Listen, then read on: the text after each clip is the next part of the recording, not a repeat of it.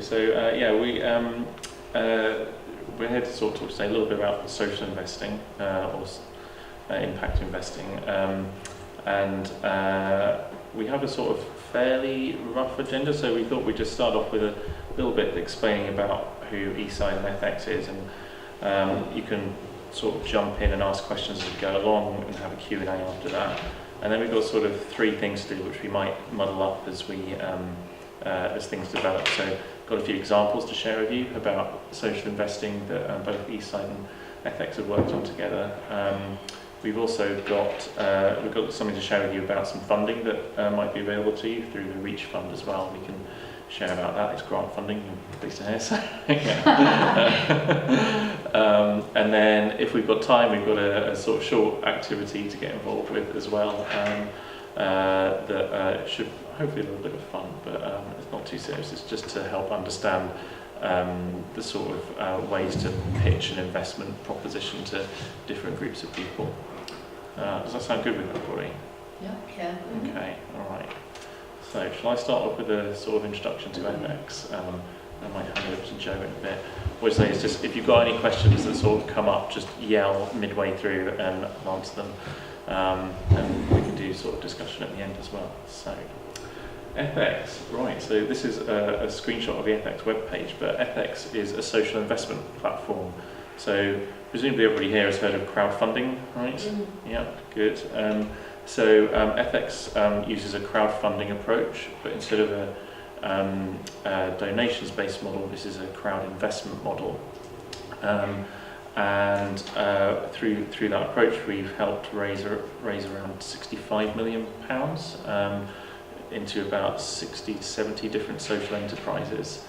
The majority of those enterprises have been cooperatives or a form of co-op, and I'd say about 45 million of the 65 has been into renewable energy projects. So we were talking about Besco earlier, they're one of the 45 million recipients. The other 20-ish million has been into a range of different sort of sectors and enterprises, so anything from community development to housing and community land trusts, to positive food and farming, complete range of different areas really. The way we sort of approach that is we have an investor base, and we've got 13,000 investors that use the Ethex platform, and they are seeking to invest their monies into businesses that do good stuff broadly. All you guys are doing some pretty brilliant stuff. You are making housing and tackling homelessness for people in the Brighton area, and that's just the sort of thing our investors are looking for. Can I just ask a basic understanding question? Are there, do all social investment funds have kind of special interests? So specialise in certain sectors, like you said, like 60% of yours has been in energy, renewable energy. Does that become your identity as a social investment fund, or do all of them do a bit of everything? My sense is there's a bit of a range. I know, so Ethex's story is Ethex aligned itself with the renewable energy sector because at that point there was a lot of, I guess, financial incentives as well as positive incentives to do that. So you may know about the feed-in tariffs that were a pretty golden revenue stream for renewable energy. And there was some tax reliefs also available on renewable energy. So at that time, Ethex aligned itself with renewable energy.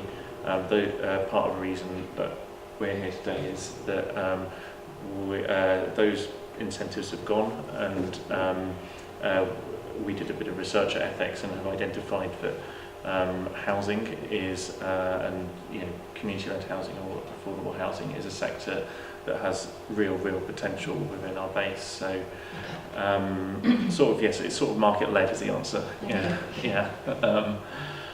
With that, would you agree? Yeah. Yeah. So yeah, there is some alignment, and sometimes there isn't. But yeah. I'm saying, interestingly, we work with other sort of social investment organisations as well, and certainly each one that we're working with, housing is a really key issue, and they all have some sort of fund or way of trying to address the current situation. So I was saying a little bit about our investors. So you'll be familiar with the concept of investment. People want to put their money into something and get a return. This is where social investment is interesting. Typically, what you'd see in conventional investing is that you put your money in and you want a financial return. Where social investment happens is you both want a financial return and a social return, or a social impact, and that's pretty much as broad as it is. You guys will be pretty good, I think, by now by articulating what all of your impact is. So, Jim, you spoke about responding to the homeless crises. Dee, you were saying about helping your community and single mums to have a space to live. Those are really, really important things. And that's essentially all impact investing or social investing is. It's having both a financial return on investment and creating impact too. Ethex investors are, so I'll just talk a little bit. I said there's 13,000 of them. There's about 8,000 repeat investors, so that's individuals who have invested more than once through the platform. There's 2,000 of those are very regularly investing, so very frequently using the platform to manage their investment portfolio. And there's about 400 to 500 high net worth and sophisticated investors on the platform, so people with a bunch of money. Yeah. Can you give me an example? I mean, because I've never had savings in my life. So what kind of people, is it individuals and organisations? Yeah. So on Ethex, there's, of those 13,000, there's about 30 to 40 institutions, and the remainder is just individuals like you and I. So and as you've sort of indicated, Andrew, there's a range of different levels of affordability for people. The average investment size through Ethex is £4,500. So when people are placing an order for shares or bonds, we'll come on to that in a minute, but it's £4,500. But that is quite large. The modal sort of investment size will certainly be down the sort of 250-ish area. So £250, 250 grand. So,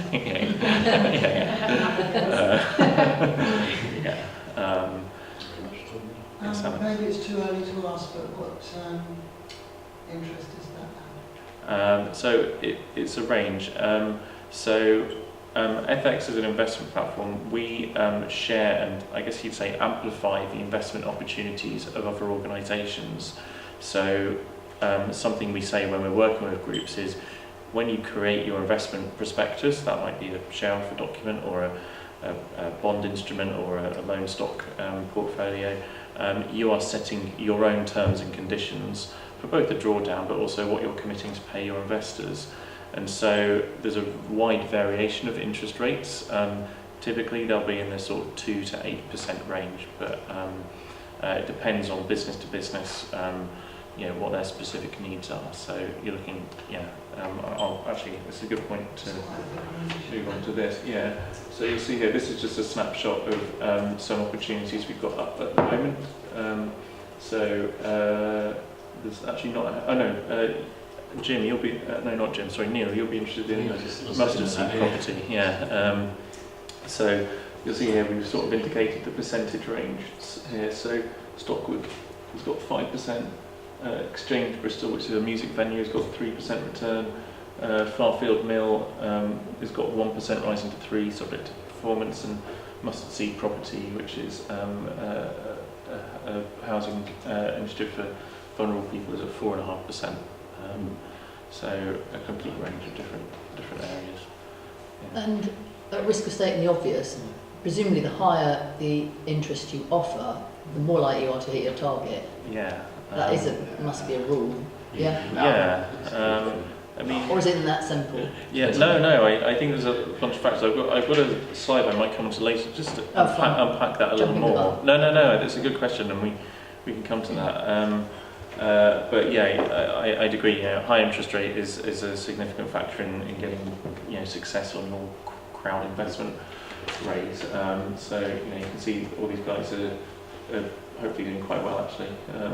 We'll come on to a few of these things later. And one other question, also probably stupid, like if somebody invests a very large sum, then are we likely to get a higher rate of interest than someone that just puts in, say, 500 quid or something? Or it's not like that? No, it's not like that. So the typical route to investment is you develop a prospectus.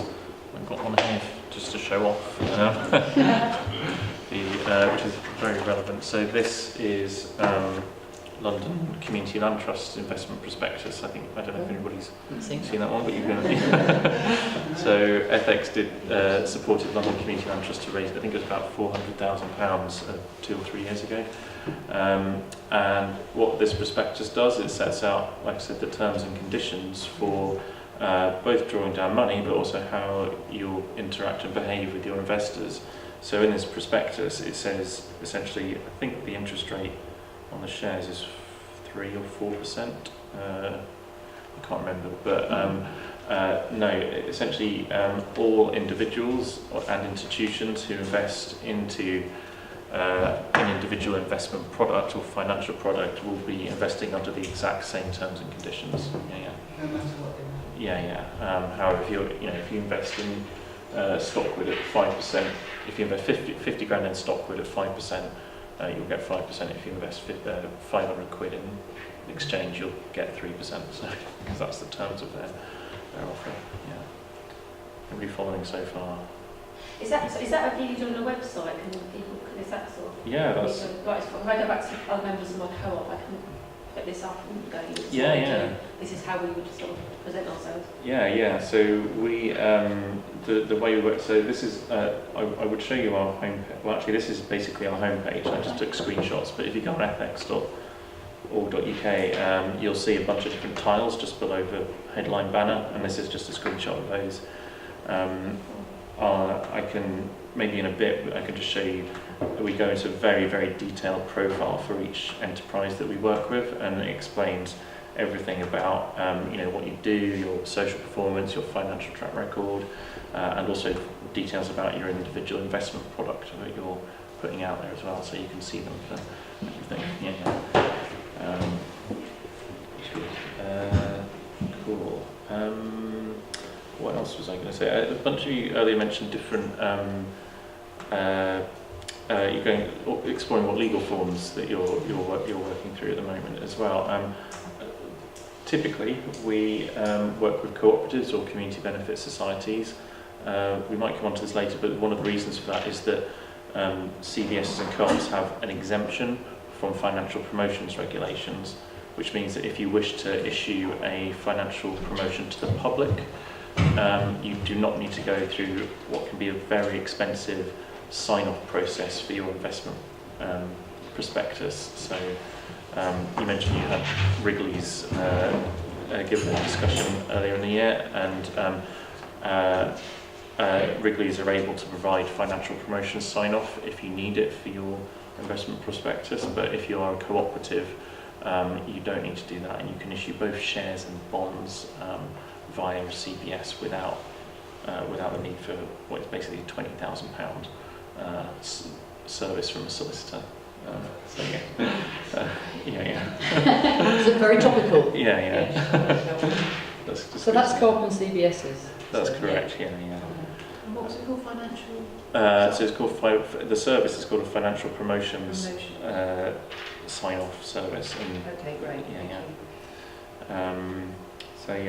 The reason I mentioned that legal form is that those legal forms often lead to the different types of financial product that we share on Ethex, and so typically we businesses are issuing community shares, which I think Dave Boyle will talk to you about a lot. Dave's absolutely fantastic community shares practitioner.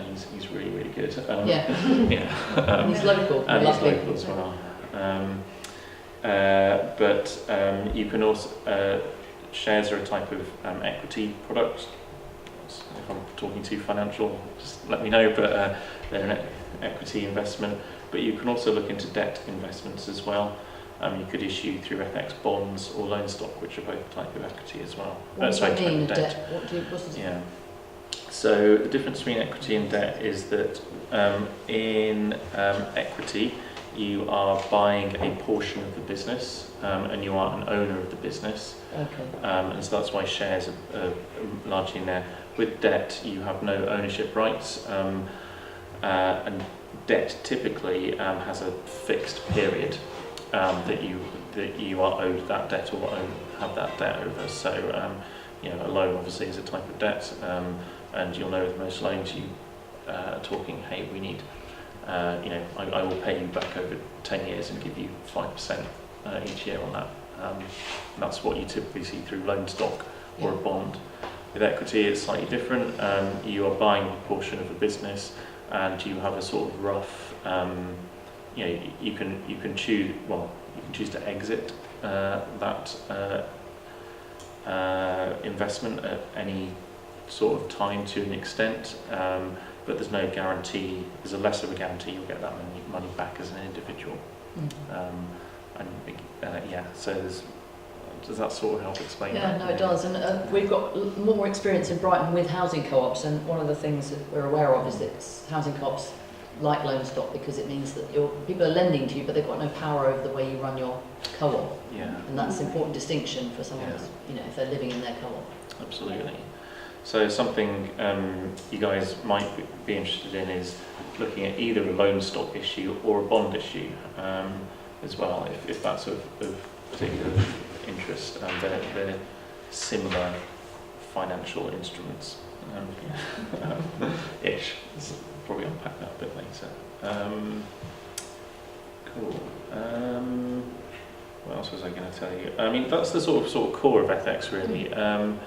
But we do a bunch of other services. So we do co-op management, which is we support West Mill Solar Co-op to actually manage their solar work, and we also do what's called registry services, and that means once you've had your investment, or once you raise your investment as an enterprise, you have a register of individuals, and we can basically make payments to those individuals at your instruction following your raise and your ongoing investment cycle. That's really the core of what we do. I was going to ask how much you charge, in effect. Exactly. What do you get out of it? How do you get? So we have fees. So if you want to list on Ethex, there is a £5,000 fixed fee to list, and then we also charge 2% of the monies raised. What that fixed fee goes on is the creation of a profile on Ethex. So again, this is not just, you don't just get a tile, you get a whole portfolio of different web pages that you can use to market your investment. We also work with you on a joint marketing strategy, and that's what that fixed fee comes up with. This fixed fee is to cover our sunk costs. And then we also, it also covers part of our due diligence process as well, to make sure that we're putting out investment opportunities that are viable to our investors. The 2% covers what's called a receiving agent service, and that service is to, we basically handle a bunch of inquiries from our investors. We carry out anti-money laundering checks. We build what's called your allocation list, your list of investors at the end of your raise. It covers a lot of different stuff in there. So hopefully that's relatively justifiable. But I think what I would say is that is quite significantly price competitive. So, for instance, if you're compared to other crowd investment platforms, so for instance, if you're doing, say, a £1 million investment raise, that's £5,000 plus £20,000, and that comes out at 2.5% of your rate. So the cost of finance on that particular example would be 2.5%. Whereas I think when you look at others, you're looking in the 6% region cost of the finance. So yes, we are quite price competitive and do a lot of work on that as well. Yeah. What happens if he doesn't make his target? Yeah. Well, I was saying earlier that you are setting the terms and conditions of your investment drawdown. So you see here we've got a little minimum. I don't know if you can see that there. Yeah. So what this is your minimum viability target, and what that says is if you again you are setting that yourself. If you what that minimum is the minimum amount of money you can do something with. So for instance, with a community land trust, you may have both the purchase of a building and the redevelopment of a building. often what happens with land trusts is that they will put the purchase of the building as their minimum viability target, and anything beyond that would go sort of into the redevelopment of it. But your question was, what happens if you don't meet it? If you don't meet it, then the money's returned to the investors. I think we've only done that once for a Ethex for a energy co-op before I worked at Ethex, so I don't know too much about that. But again, that 2%, we would handle that at Ethex. And it's Extend. Or you can extend. Yeah, you can extend. It's the 5,000 fee per project. Per organisation, because for example, if you're doing a number of places and you want to go a little bit and then a little bit, then a little bit, rather than £1 million to do. So no, it's not actually. So you pay once. Sort of. So for a first time raise, we charge 5,000, and then following that, you'll already maybe I'll just get the internet web page up and just show you the pages. Yeah. So sorry. But what we do is we have sort of two sections to each profile that we build. One is what's called the business pages, and they, as they describe, talk about the business. So this is a set of business pages, and you can see this is London CLT. We've got a little bit about what they do, and there's various different web pages and these tabs across the top about social performance and financial performance. Those are the set of business pages. But you can see this then goes through to a set of product pages, and these product pages are about your specific financial instrument. In this case it was community shares. I was wrong, 5%, or 4.5% for London CLT. And once you get through here, there's a set of product pages. If you issue more than one security, then we charge less. So I think we charge £3,500 fixed fee for each additional security. Plus 2% as well. Does that all make sense? I presume something about getting advice about whether to package it up as one or... So sometimes it's worthwhile doing two different securities at the same time. We can deal with that. Does that help answer that? Yes, Neil. So if, as following off what you were saying about don't reach the target, is that a target or the minimum? Your target is your minimum viability amount, really. You can have I don't know if you call it a stretch target. We don't really. Where the arrow says minimum. Yeah, that's what you really want to get to. And then it says the amount. That's what that is. So if we go back to the home page. Sorry about this, but basically. You'll know the overall capital need for your piece of work, that you may be able to divide that up, that overall capital need, into specific investment propositions. So the first one, for example. So they've set their minimum. So this is Stock Community Benefit Society. They are a biodynamic farm just outside Birmingham. They're trying to raise £550,000 total. Their minimum is £30,000 because there's sort of three propositions within that, and the £30,000 would go towards essentially setting up some IT infrastructure that they desperately need. So they, it's their second investment. So imagine it's their first. They pay the £5,000. They don't meet the 550, but they meet at least 30 as they've done now. And they think, well, we can't pursue it any further. Nobody's interested. 53 days has gone. But we've got 20, 40, 50 grand or something. So then obviously the £5,000 is gone. That's the fee for doing all this. Do you take 2% off of what they have raised? That's correct. Even if they're withdrawing from the full. So these guys can't remember what. So these guys at the moment, let's say they stick at 17% for the next 53 days. I think this is roughly about 90,000 at the moment. So you can see they're on 94,000 at the moment. We would take 2% of 94,000. So they bail out at 50 at the end of. At the end of 53 days. These guys. And there are totally options to extend them. As you go through an investment raise, you'll start to get a bit of a feel as to whether it's sensible to extend or whether it's not. But that sort of makes sense.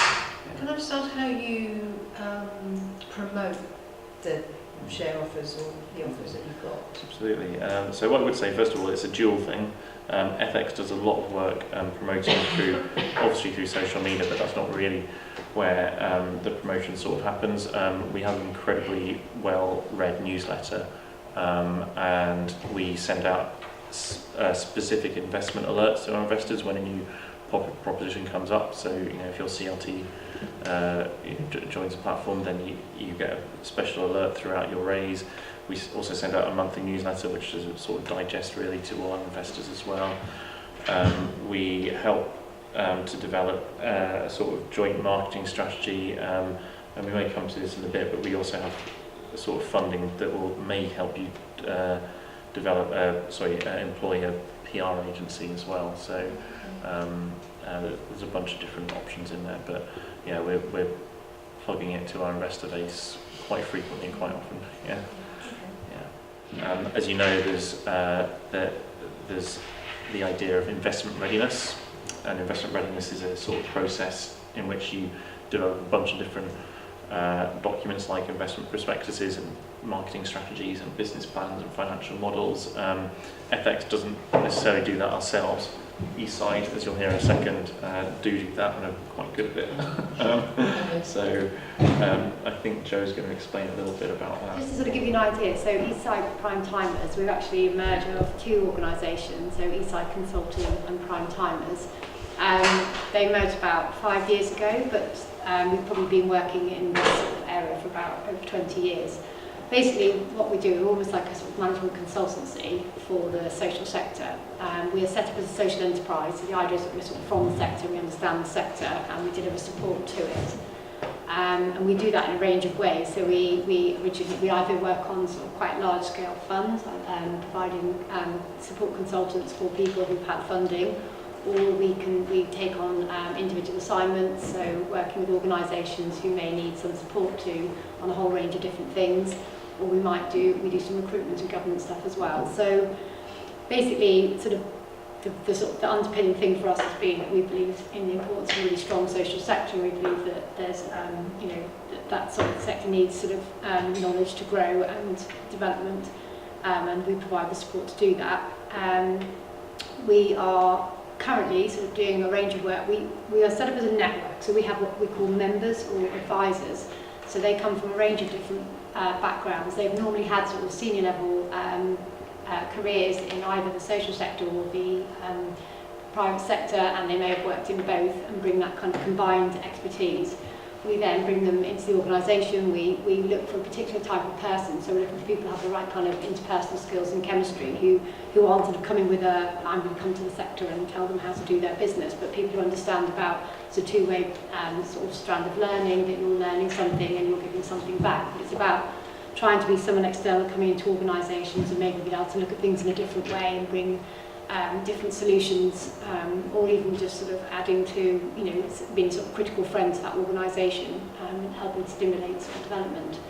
So the kind of things that we might do are, we do a lot of investment readiness work, and that's obviously where we're here today.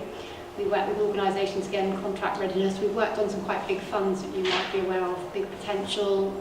We're working on the Reach Fund now, LSF, a whole range of different things.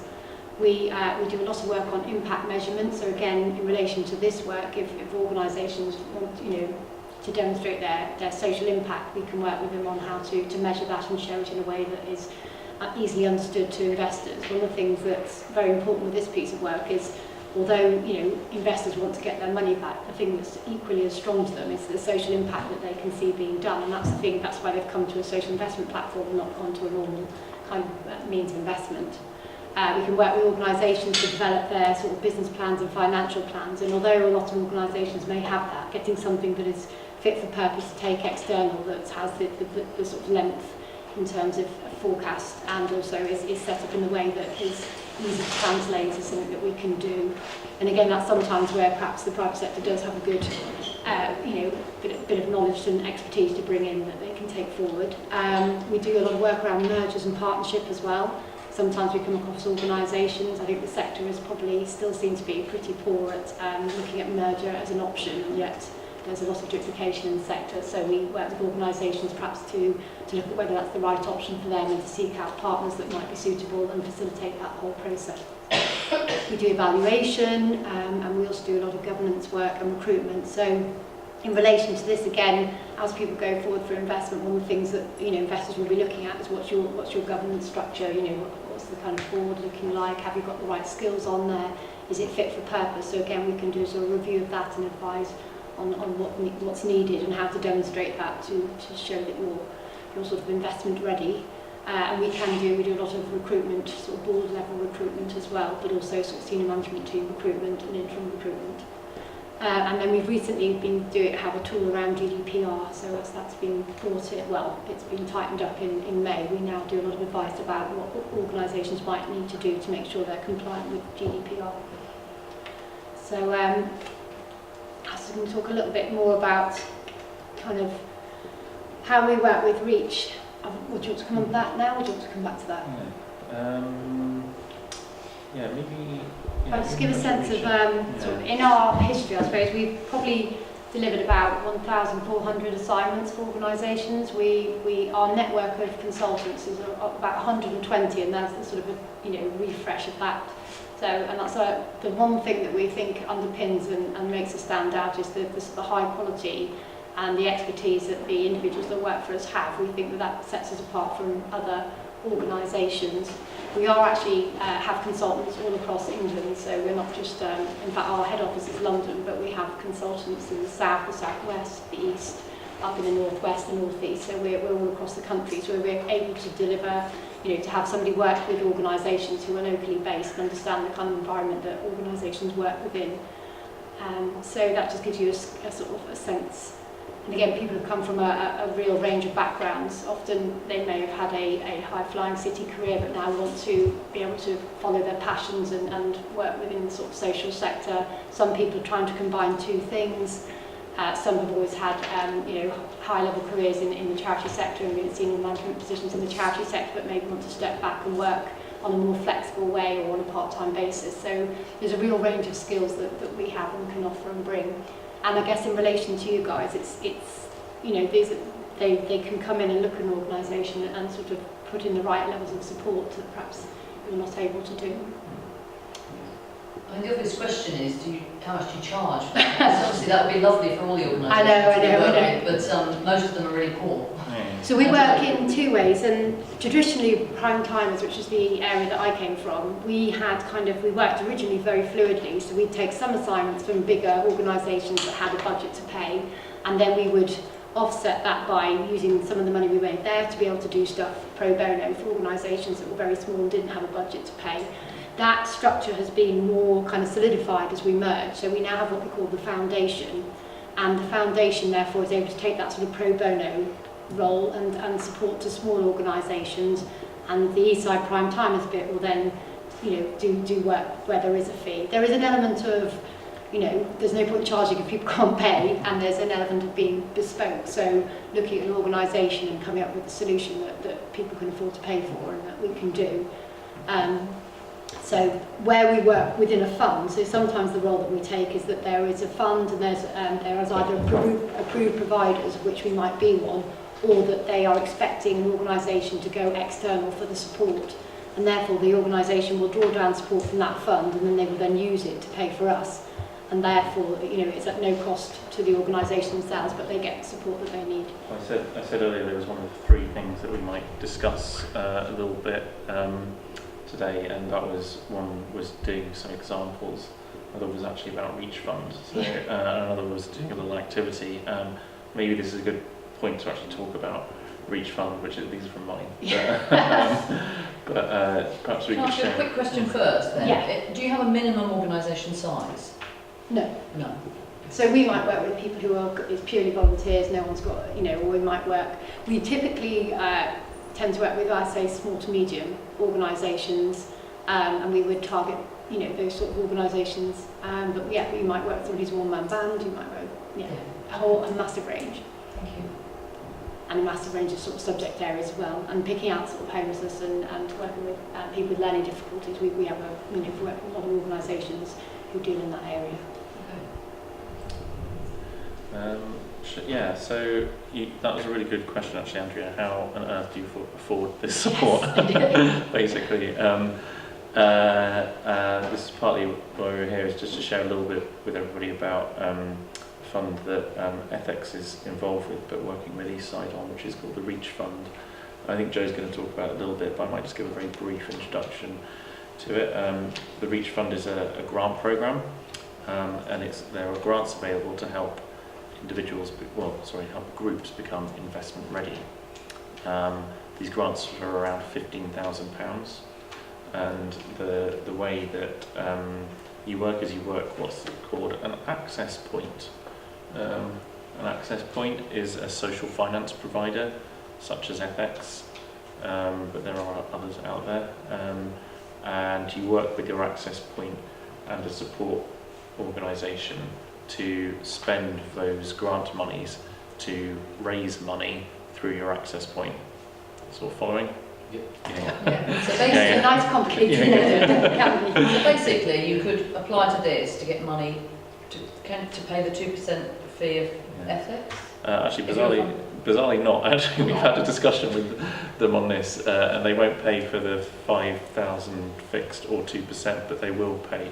Actually, I'll put it up here. Okay. Things they will do or won't do. But I mean, Joe, maybe you could talk a little bit about this. So where we work on this is the fund is set up for organisations that might be looking at social investment and are sort of somewhere on that journey, but there are things that they need to do to be considered to be investment ready by the social investment organisation. So, and typically that can be things like looking at sort of the business and financial plans to check that they are sort of fit for purpose, and it might be looking at governance, but also it can be working on the prospectus and the stuff that needs to go into it to be ready to. So we also have done stuff about demonstrating impact. We've also done looking at markets to see whether the thing that you're doing, whether it's actually viable, whether there is a market for it. So, for example, I'm working with a children's organisation who have a particular piece of work that they take out to schools, and we've been talking to them about whether there's opportunity for them to extend that into other boroughs and to work with different age groups, etc. And we test the market and see whether that's possible or not, and work up the financials and assumptions around that. So anyway, so Reach Fund, they go through a process, they do a diagnostic which sort of gives you a sense of your organisation, its strengths and challenges. You get it signed off by your access points, and then you can do a full application. We can help support you with the sort of proposal around what it is you think that you need to do to get investment ready. And then if you get the money, we then can do those bits of support and in order to get your organisation to the point that it then goes back to Ethex and says, look, we've done these things now. We're ready for this, or actually we've done all these things and we just don't think this is the right option for us, which may or may not happen, or we want to hold. There's what I'd say about this is, the way that Ethex has really effectively used Reach is to get these prospectuses in place. There's a lot of pages to these, but they're also they are a lot of work. But I think Dee, or was it Caroline, you asked earlier, how do you make the investment attractive almost? How do you raise investment? The reason is because you've written a bunch load of stuff in these prospectuses to make it quite attractive to a wide range of people who may be more interested in the finances, they may be more interested in the social impact, they may be more interested in how you govern yourselves. That's all in this basically.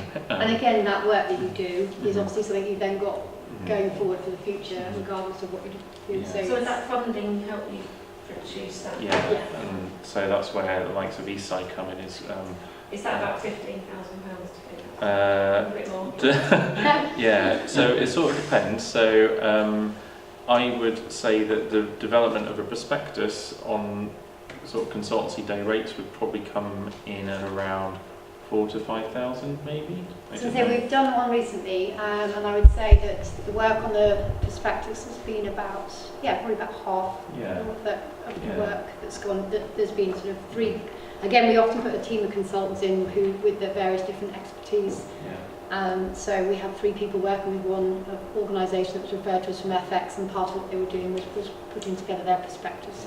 And so that was about a third of the work. There were 3 people working on that and 1 person focused on the perspectives.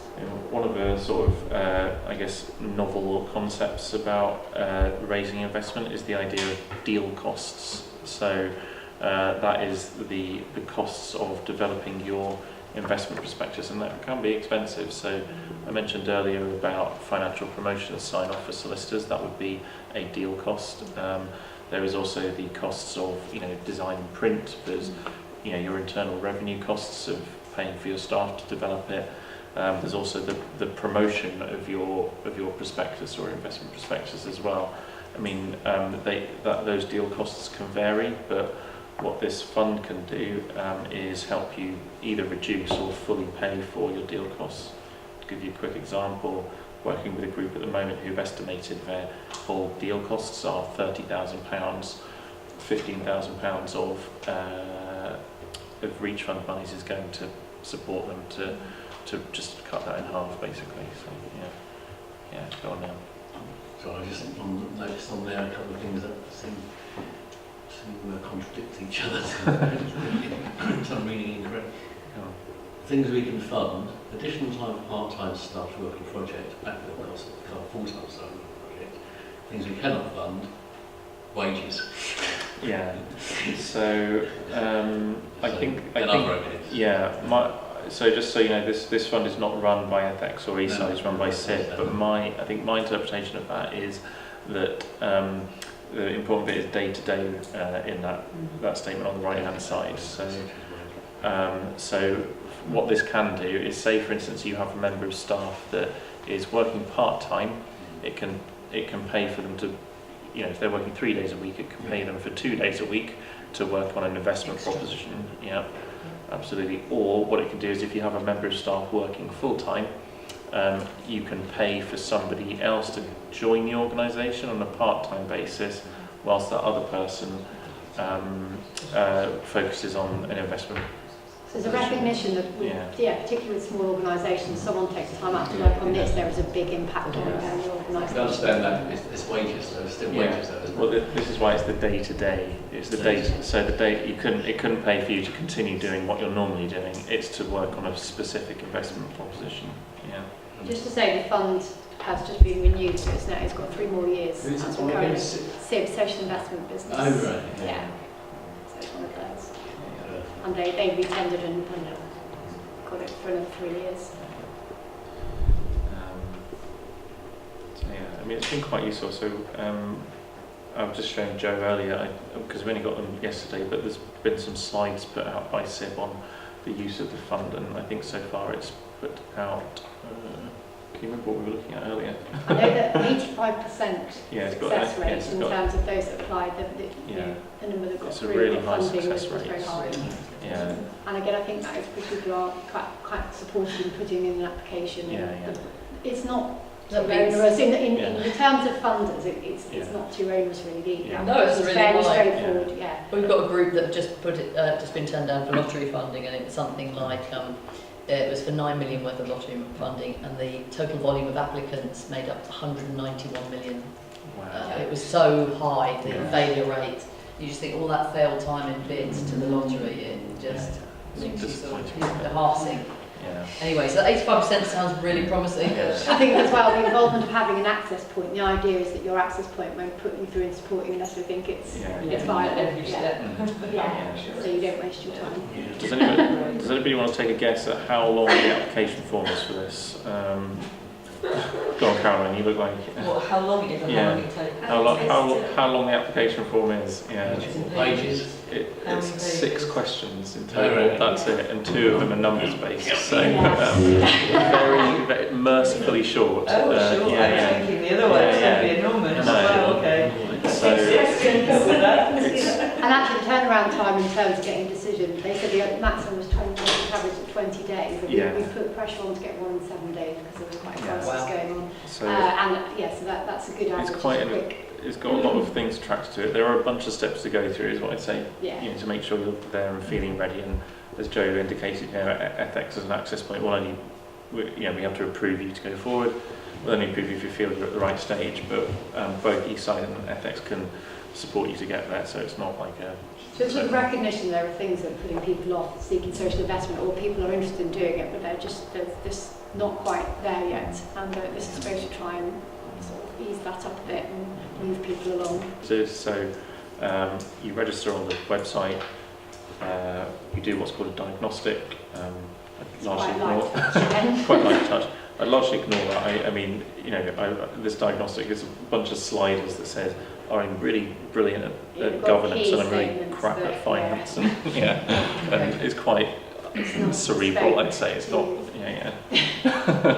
but that's not your application. And then once you've done that, you then go to the actual application. That's it in a bit more detail. The whole process through from start to finish. But it's quite simple. So if you want to sort of chat about that, once you've sort of done a bit of investigation into it, then it's quite good. So can I ask a question on behalf of Sea Salt, Student Housing Co-op? We've done a lot with Sea Salt. We've worked collaboratively to produce a business case and a financial forecast, and we're working up a bid to the Community Housing Fund, Homes England. So we've worked really hard in the last 6 months on all those things. So we've got a proper project plan for the development to the purchase of the property. We've got a project plan for the delivery of the housing co-op that will take it on as a lease and use it. At that point, we're probably beyond this, are we? Or are there other elements? I mean, what we haven't done is called, of course, fundraise for the missing gap, which is about 300 grand. in a 1.7 million pound project to house 18 students in a big property, we know that we've got to raise 300 to 400 grand, basically. Yeah. In either a loan stock issue or in some form that we can raise as a. I mean, that's exactly what this would be useful for, actually. So you've got, it sounds like 1.4 million through a mortgage, I guess. Well, we'll already. be getting 80% on the mortgage, and then we don't know what we get from the Community Housing Fund. That we'll know. Yeah. We'll put the application in this week. So what Reach would do is it would help you essentially, bring together your financial model, your business plan, and any other intellectual property into something like this, which would then be, Eastside would probably support that, and then we would list that on Ethex and come up with a marketing plan to market that investment proposition to both Ethex members and your own support base, and then try and get the money that you need, basically. So We're working through as well, presumably, as you went through the process and you work through in detail, you'd be able to drill down again on exactly how much you think you would need from them and potential other funding options that could sit alongside. I really appreciate how much work this is, because we've just done it. And I was just going to see if Ruthie had one of the Sea Salt pamphlets, which are going down really well. There's just a pamphlet that the students have created. And badges. And badges, to kind of promote. So partly, I guess, it does make sense to turn what we've done. We've done a lot of work, but what we haven't done is much marketing yet. We've done a lot of building the student group and actually working out the project and trying to make it happen. But this marketing for the missing gap, social investment, is the bit that we're just about to keep student housing affordable, and it would pass on from person to person, or would be a good thing about how to stay in the city when you leave, when you finish being a student, because that seems to be another issue, doesn't it? Yeah, sustainable over time and between different students. Yeah. So when you move out, there's still everything in the house for the next students to move in. Right, so you haven't got to buy it. Yeah. So has anybody got any other questions about Reach? Sounds really good. Really helpful, and the speed with which you respond, because we feel like we're on a bit of a race with the fund, because the support service in Brighton and Hove is only really funded through to next March, and so we feel like we're on a race to maximise the value of me and Nicola being employed and being able to organise stuff like this and everything. And the groups feel like on a bit of a race because there's a bit of money coming out till 2020. So there's quite a lot of pressure, isn't there? I think I'm right in saying a lot of the groups are feeling a bit of pressure at the moment to kind of maximise the opportunities of now Yeah. And it is hard to really move at the pace when most groups are made up of volunteer members. Nearly all of our groups are made up of almost entirely volunteer members. Presumably as well, thinking of you guys, working with the council and having to make a decision from them is something you can't manage and may well take a bit of time. Well, that's something that Community Land Trust are. They're managing a lot of that discussions with the council on our behalf. So, And to be fair, that group, your group, has existed for years. Both of these groups have existed for years, have been trying to build this momentum towards this happening, and it feels like, well, we've got that is what's moved the council, not particularly us in the last year. I think it really is the fact that there's always been a community group there, tapping away, saying we could do this in this area. So Selby's got a deep connection to Colding. It was the grandparents' house. It was one of the first, his great-grandparents. His great-grandchildren are there, so there's at Hove, So it's a bit of a story. made, it was one of the first houses built there in the war. Nice heritage to it. There's a whole kind of lineage to it. The gymnastics club is really strong. Yeah. They've been going for about 30, 40 years and got 300 kids on the waiting list, and they're all volunteers, and so the momentum that they've been wanting to do something like this for years, so I kind of feel like with these different groups it could. Interesting. Yeah. Same for Jim's project, which has been going for years as well, and has an enormous amount of popular support in the city. But the challenge is turning that popular support into something tangible. And getting through the hoops of all the professional hoops that you have to jump through to actually develop something. Especially in a city like Brighton, where it's a sharp pit in development terms. And we're not in that game. We can't move really fast. We can't. We don't have to from outside. I was shocked at how hard it was to actually find a rental property here. I've come from London, and I was really taken aback by how difficult it was. It's shocking, isn't it? Yeah, it is. It was an eye-opener. Can I just ask a clarification question then? So, what's the first step? Is it REACH? Is it applying to REACH as the first step, or is it going to Ethex as the first step? I think having a conversation with. Yeah. So, so you're asking specifically about REACH Fund, or just generally your overall for then paying for what you can offer, which then helps with the work with Ethex, doesn't it? So it's a sort of, So it's a bit of a loop, I mean, the first point really is to register on the REACH website. Right. And having your proposition that you're at a set point with. Typically, you won't actually have that much interaction with the REACH Fund team. Your most interaction at that point will probably come for your access point or Ethex. And you do your diagnostic, and like I say, ignore that, it's not particularly useful, but it's just part of a process, it's a step.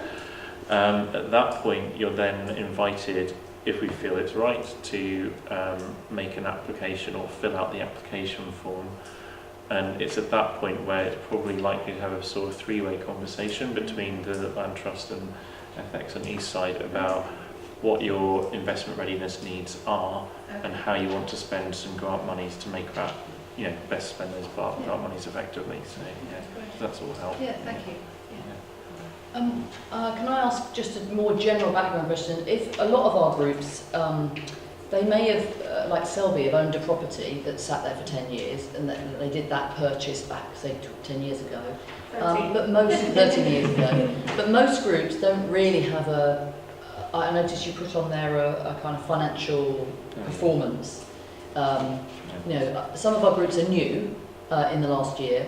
The CLT, even though it's got a big grant from, a £464,000 grant, it was new in 2017. So how does that, is that still workable? Because often one of the things we come up against is people say, we'd like to see last 3 years accounts, and we'd like to see your track record. And we say, well, we actually haven't got much of we've got a year and a half's worth of track record, and some of these groups only have 6 or 8 months of existence. So I don't know how you feel. I think that's where our support will come in to enable you to make sure what you produce going forward, the forecast that you make and the financial modelling that backs that up, and the assumptions there are really strong and can support what you're proposing. I think what you're talking about is due diligence and Yeah. the extent to which due diligence takes place. So we have a due diligence process at Ethex. I would say it's not actually that, what's the word, it's not as onerous as you might think. So what we do at Ethex is we check the financial model to see if it sort of makes sense against, actually I do a lot of that myself in my role, but I'm checking the financial model to see if it feels right, and if there's anything like particularly that looks insane in it, then we'll say so. But it's quite an iterative process, so Can I just, and when you say financial model, I mean, what we've been giving to the groups locally is there's a financial spreadsheet that's produced by Radical Roots called the 40-year spreadsheet. We worked that one where people can get their heads around it, or we use the CLT spreadsheet that they make freely available. So we use freely available stuff. Yeah. They're all the sort of things you're talking about. They're all good, yeah. To an extent, it doesn't matter as long as you can give a degree of credibility about what you might be able to do in the forward going May forward. also be who's bringing this. There's something about who the people who are involved. There's something again going back to the importance of the impact and how much you're able to demonstrate that you've looked at the impact you'd be able to make and this to be able to make, and you can give a convincing conversation about that. I mean, this might be a good point to just talk about. Andrea and Dee, you asked earlier how do you market this stuff? How do you make it sexy to somebody, right? When you look at conventional investing, the idea with investing is that you as an investor are trying to maximise your returns, and so what you want to So do. we're talking Dragon's Den style. Yeah, pretty much. So what you want to do as enterprises is try and show to other investors how you're going to maximise their return. And it's quite a broad concept, but there's in conventional investing or just financial investing, there's three things that make things more attractive. And you picked up on one, Andrea, earlier, which was interest rate. So obviously the higher interest rate you can offer on your financial products, the more attractive it is. So a 2% return is not as attractive as a 5% return. What's Dragon's Den? It doesn't work like that way. So it's the best idea gets the money, not the best return. Because I don't want 20% of nothing, or 5% of something. So it's really about how well that book looks. But what I want to ask you, so really there's nothing, there's no. If you didn't have 5 years of accounts, you had 6 months of accounts, but you can pay for that to get done, you can pay your fee. Can you apply for the REACH provided your idea's good, and there's nothing barring you from making a fool of yourself basically by having a selling perspective, so there's nothing stopping you. No, you can, as long as basically the only criteria that is relevant is that you must be a registered business. In the UK, charities absolutely fine. You must have some sort of social purpose to what you do, and you must be based in England. Those are, there's a lot more in there. Exactly. So what you'd be doing, you'd be fine. So But you were saying the three things. One is interest. Yes. So what makes something key sexy? things. What makes something sexy is interest rate. That's the easy one. Next one is let's do security. And so I think Neil, you asked, how are things secured? What I mean in terms of security is security both of the investment product. So sometimes investment products can be secured by an asset. So it might be a house. You don't have on Ethex to have an asset that you're setting, like say you're setting your own terms and conditions in your prospectus. So you can choose if you wish to have a asset-backed bond or a secure bond. You can have an unsecured bond as well. What does that mean that if things go belly up, the investors can get money back from that asset? Yes, from the sale of that asset. Now, some of you might be in asset-locked organisations, in which case you obviously can't do that, but that's just part of it. So, but anyway, you can choose, but if you have a secured instrument, then it's more attractive. If you don't, then it's less attractive.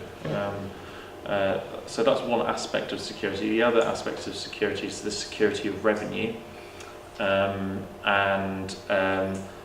we talked a little bit earlier about feed-in tariffs, for instance, for renewable energy projects.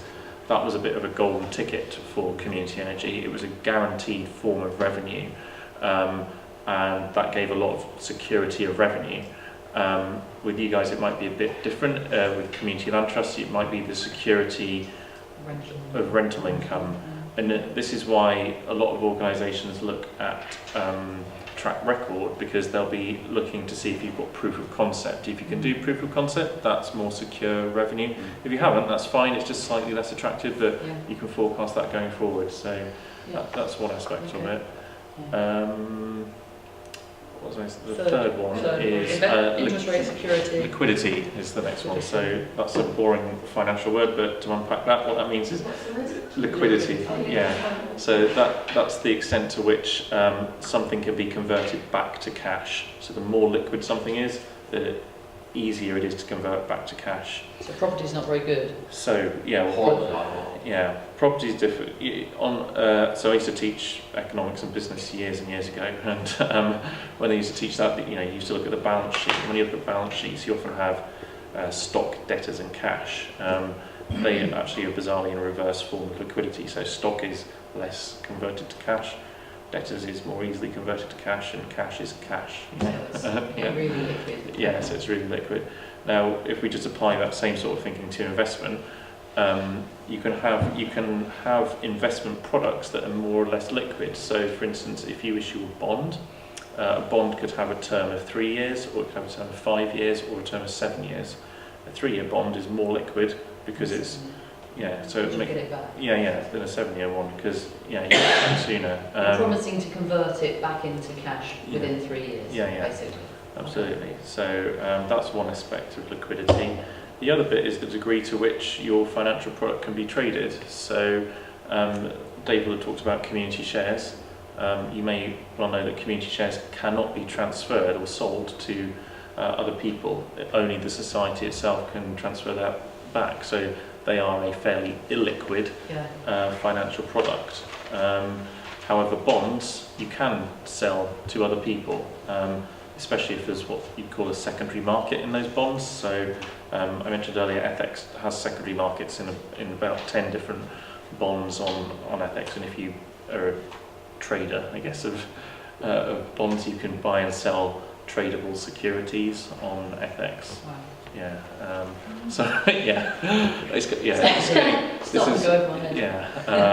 But I just bring that up because it's a concept that if you have a financial product that is tradable, then that's slightly more attractive than one that isn't. Would investors normally expect to get their money back, sort of, in the next month or something, or would they be quite happy to tie it up for 3 years?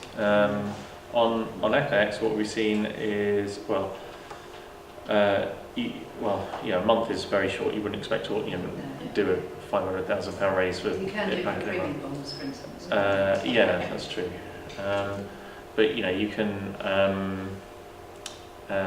if you basically so one of the typical models that we see is that if you're doing a community share issue, you'd have a non-withdrawal period that's stated in your prospectus of roughly 3 years, and then following that you might have an expected withdrawal rate of shares, and that is a policy that you as a society would say that we expect to allow 10%, say, of the cash value of shares to be withdrawn each year, and we won't ever go beyond that.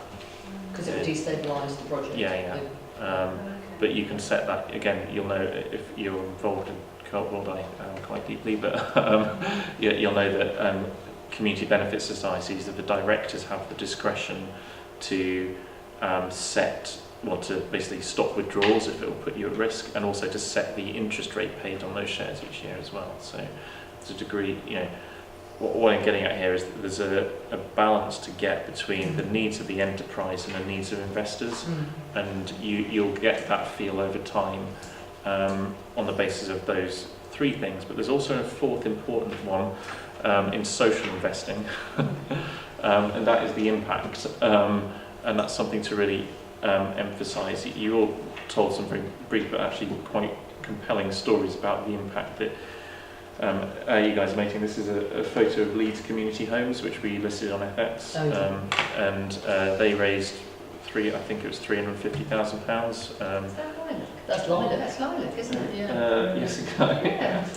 So, you know, Leeds Community Homes, they came up. Well, what I say when I talk about impact messages, I say, you know, you'll all have a range of different things that you're all passionate about. Pick 3 or 4 things that you can like both feasibly and realistically measure that's going to potentially happen with your money, or the money's raised. Don't go beyond that. Like, you know, I've seen it before with enterprises where they'll go, well, look, we are making an impact because we are, you know, working with our communities, we're providing affordable housing spaces, we are providing employment opportunities through construction builds, and we're going to have solar panels on our roof, and we're going to get jetpacks for everybody to fly to work, and that's too much.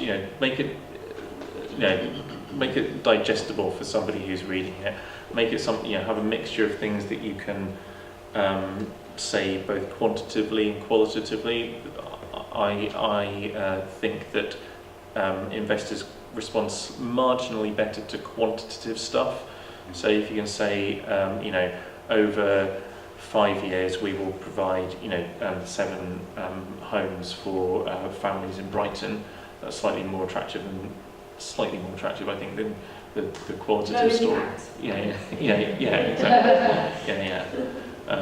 So that's how to make it go down the rabbit hole. I suppose the more specific, the better. Specific. Exactly, but tangible and clear. Yeah, tangible and meaningful. But again, don't overpromise stuff as well. Be really realistic. Again, you guys are experts in community land trusts. I am less so, but you'll know what's realistic with your specific project and your specific housing project. So again, in Ruthie's case, it might be about the number of students you support to live in accommodation. Why do they need that? You can demonstrate that you'll definitely be filling it. Exactly. So don't forget that 4th element, and that's that's what makes it sexy and fun. Like that's pretty dull and boring. The slide, but that's the fun bit and that's the cool bit. Emphasize that, and I think that's the other bit to emphasize as well is your marketing strategy will both talk about the financial aspects of what you do, but also the sort of more meaningful stuff, which is that you're making a difference to people who really do need it a lot of the time. And the creative solutions, often the creativity that comes out of this sector is something that's really exciting to other people and inspiring, and it's done well. So just firming up those messages over time is a real key activity I'd recommend focusing time on. So the 4 headings: return, security, liquidity, and impact. And there's a risk, isn't there? Which presumably that comes under the security mainly. But also there's a risk profile on what your investment returns. Might be. You're right. In each of these, there'll be a risk table. I can't find it now, but you'll see them on the financial product pages of Ethex. But you remember that actually, but sometimes when I talk business studies, they also teach that interest is your statement of risk. So if you put 3%, then you'd expect 3 of those projects of 100 to fail. If you replicate that one project 100 times, 3 of them would fail and 97% wouldn't. So that's the sort of, that's quite broad, and I know that's not really true, but another thing to bear in mind is ways that can take away from that risk. We talked about interest rate earlier. Did Dave talk about social investment tax relief? Have you come across that? That probably doesn't actually apply here. Laura Wrigley's did. She did. I was going to ask you about GIS and tax. Aspects of this fundraising. So that makes it a potentially more attractive prospect for an investor if they can get 20 or 40% tax relief on that investment. Right. Does everybody here know about tax reliefs? And yes, exactly. Boringly, I do. So, there is a type of there's 3 types of investment-based tax relief that you may be interested in. Now, I'm I'm going to actually start with a negative on this because it's very relevant to the housing world. And under these tax reliefs, there are trading types that are ineligible for this tax relief, and unfortunately, housing is one of those trading types. So, income from, if you get more than 20% of your income from a housing-based revenue stream, which might be either sale of houses or rent, then you cannot get this tax relief. However, there are some models that I just thought worthwhile sharing with you on this. Anyway, I'll go into what it is. So there's what was the percentage again? More than 20% of your revenue from an ineligible trade. Nearly all of our projects. When you say your revenue, you mean the project or the investor's revenue? The project's revenue, the business's revenue. So there's 3 types of tax relief. One is called Enterprise Investment Scheme, or EIS. Another one is Seed Enterprise Investment Scheme, or SEIS, and another one is called Social Investment Tax Relief, or SITR. They all work fairly similarly, but the way they work is that as a business, you apply to HMRC to get your investors eligible for a tax relief. And what that means is when you qualify your investors for this, if you're going for SEIS, you can get your investors 50% tax relief off any monies they invest in your business. And if you're going for EIS or SITR, you can get your investors 30% relief off of any monies they invest in your business. This is quite broad, but I'll just do a real life physical example because it's much easier. What's the gift aid? No, it's a tax policy. It's not gift aid. It is a tax. A little bit like it. Yeah. So if I do a real life example, if an individual invests £1,000 in your investment proposition, they will get, and it qualifies for SITR, they will get £300 back off of their tax bill. Off the tax bill, if they pay tax, obviously. If they pay tax. They pay tax. Already. Yeah, so they've got to be they've got to be a tax bill. So it's a fairly decent thing, actually. Well, that's why investors want to invest in ethical business. Yeah, absolutely. So, so we talked about interest rate earlier. There was a concept called IRR, or internal rate of return. I don't know if anybody's come across that. So can I just go back to that to clarify? Because one of the things we're trying to do as a CLT is encourage not just groups who need to build housing for themselves, but also people who have equity in their houses or have savings to invest in these projects on a local kind of peer-to-peer lending, create much of a local momentum around people in Brighton who know what it feels like to live here but are on the comfortable side of it, might invest in the CLT in order to enable projects for people who can't. If a householder is offering to put in, say, 10 grand into one of our schemes through the CLT, say, and do they don't get the money back per se, do they? They wouldn't get 3 grand back as such. What they would do is it would just reduce their tax bill by 3 grand. I'm just trying to work out exactly how it works.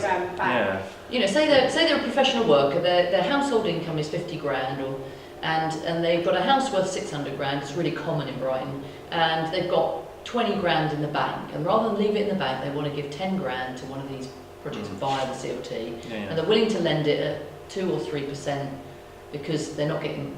That would be more than they'll get in the bank anyway, and they want to see something good happen locally. Then they would get this relief. They get the money back, they get the tax relief and the return being offered. And they get the tax relief for every year that they're lending it, or just one-off over the one. So they say they lend it for 5 years. So they get 3 grand back. Yeah, in just the first year. So the way to do it would be to then lend a proportion each year. Okay. Because it's really important we start to understand that. Yeah, We yeah. don't really understand it. Go on, Neil. Yeah. But isn't there something about you have to leave the investment for 2 years? Correct, yeah. There's a minimum investment period for SITR, and you've got to have your monies in for at least 3 years. 3 years? Yeah. And I think it's the same with SEIS and EIS as well. I'm less of an expert on those. EIS is 2 years. It might be 2 years, but yeah, you've got to have it at least 3 years, and there's some other sort of quirky benefits to it, like so you can use it to make a saving on capital earnings as well. I'll get lost on this bit, but yes. Okay. I was going to say, would that still be valid even though they're investing in a housing project? No, yeah, this is the trading type thing. So, because with your model, Ruthie, I think you'd have income from student lets. That is a revenue stream that is unfortunately won't qualify your investors for SITR. Or any of these. So actually, it's irrelevant to nearly all our groups. I was just wondering about learning difficulties, whether there would be sufficient income coming from other things as you provide services on that front, whether it would... Why would there be less income? Yeah, it won't be, because it will be mainly rents. Yeah. I was just wondering, There might be thinking, care, do you not... there might be care services. Yeah, I was wondering whether, The proportion of the is it the turnover or the income? Like 20%. I think it's the revenue. Yeah, your turnover. So. Yeah. Right. So the actual if the turnover is predominantly what's the housing being developed, if the turnover is predominantly from revenue from the support services being provided rather than the rent. Like care. Yeah. And that's under the 20. That's is that what you mean? Yeah. And the same you could say if Colding was set up and 30% of the income was from the use of the community facilities, which is unlikely, it would be much more likely to be 10 or 5% actually. That proportion could be eligible for this. No. There's more if you set up and 70% of what you do was income from the basically. Because nearly all our projects are housing based. Frankly, that probably is. Yours would have to be the other way The around. gym club is big, but I don't know where. It would never match the housing. Not if you're doing 15 houses and a gym club. No, the community facilities, even the offices, none of that would match the amount of rent from the housing. It would be 4 times. Partly because housing is so expensive here, so it's I mean, the thing about housing is you're always going to have someone to live in that house. It's quite... Yes, so in dead Brighton. cert in Brighton. If you can make it affordable, you have a queue. You'll have to manage. Hundreds. Slightly over the time, it's 5 to 6, and we did say we'd finish at 6. My watch says 6 actually. But so if you have, could you, although if the revenue is from housing, 20% doesn't qualify, could you set up a social enterprise that isn't housing, providing housing services or any development services, get investors into that, they get their tax relief, and then gift aid. The money's raised to the community housing group. I mean, in theory, yes. Let me just talk. You might be interested in this example I've got up here. So this is a project that may well be eligible for SITR. Do you guys know Jess down at Heart of Hastings? Yeah, she's helping us. Yeah. So I don't know if you know the Heart of Hastings story, but they have developed Rock House, which is a huge, both domestic and commercial building in the middle of Hastings and through the CLT. They are then working with us at the moment on their first purely domestic building, which is 39 Cambridge Road. It's an old insurance brokers that they're converting into a domestic property. That isn't SITR eligible, but that they will probably raise finance via Ethex through a loan stock and community share mix. But the third one that they are working on at the moment is an approach called an organisation workshop. And you guys will probably be more familiar with this than me, but the way that it works is that the concept of an organisation workshop is you build essentially a factory or warehouse on a building site, and you can raise investment monies to do that. You then use that factory to train local people to actually go out and build the houses on the rest of the site, and what's quite exciting about that is that you could raise investment in theory into the first project, the organisation workshop, with SITR, because it's not a housing project, it's a training and employment project. So this sort of answers your question, and so you could effectively sort of do it like that. Now Jess at Heart of Hastings is looking into this, into a housing development on what's called, I think, the Ore Valley in Hastings, and that's quite a good model. So we'll try and do that. But that's one example of how you can be a bit creative if you want to try and access a tax relief. Well, it's quite interesting when you're thinking about Redditch Housing Co-op, one of the biggest housing co-ops in Birmingham. Of course, what they've done is, over 30 years, of course, developed from being a housing co-op to being, they have a factory which produces the housing that then they put up their tenants live in. And that, that's the way, even Legal in General are producing their own factory to produce houses now. It's quite interesting that a lot of people are diversifying into that because it's easier to build houses in a factory now. Yeah. So that's drawing on that, but from a community perspective. Exactly.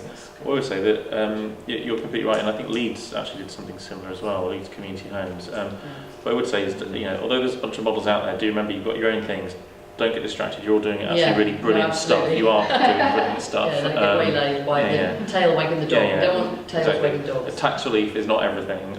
It's a thing, but it's not everything. You've got other reasons why your individual projects are brilliant. So, Listen, just thank you. Brighton and Hove Community Land Trust supports groups of people who want to create their own community-led housing projects. Join us at bhclt.org.uk.